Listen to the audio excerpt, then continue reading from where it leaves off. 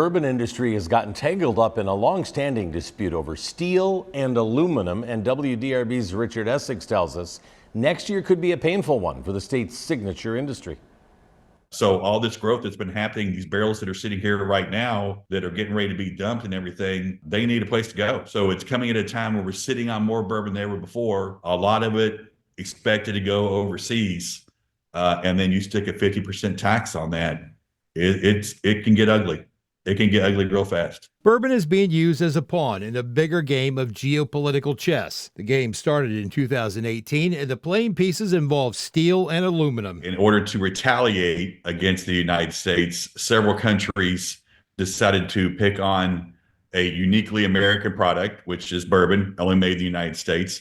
And we also happen to be the home of Senator Mitch McConnell. In 2018, the European Union put a 25% tariff on American whiskeys. 95% of the world's bourbon is made right here in the Commonwealth. The tariff was designed to put pressure on Washington, D.C. politicians to drop our tariff on some imported steel and aluminum. Those tariffs have since been suspended. Especially if it's 50%.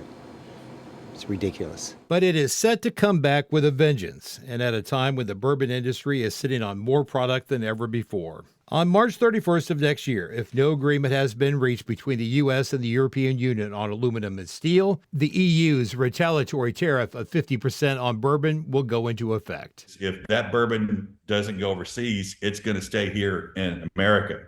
And at that situation, you're going to have a glut of Kentucky bourbon on the market, which may trigger a price war at that point, and then that's going to hurt a lot of the smaller distilleries who can't compete. In the past decade or so, there's no question that Kentucky bourbon has exploded in popularity, which has given rise to some of the smaller distilleries. This tariff could take some of them off the shelf. Bourbon is woven into the fabric that makes up the Commonwealth in more ways than one. According to the Kentucky Distillers Association, the bourbon industry is worth $9 billion, supports 21,000 jobs, and pays $400 million in local taxes, and is a big part of the Commonwealth's identity. With photojournalist Ebony Petitz, Richard Essex, WDRB News.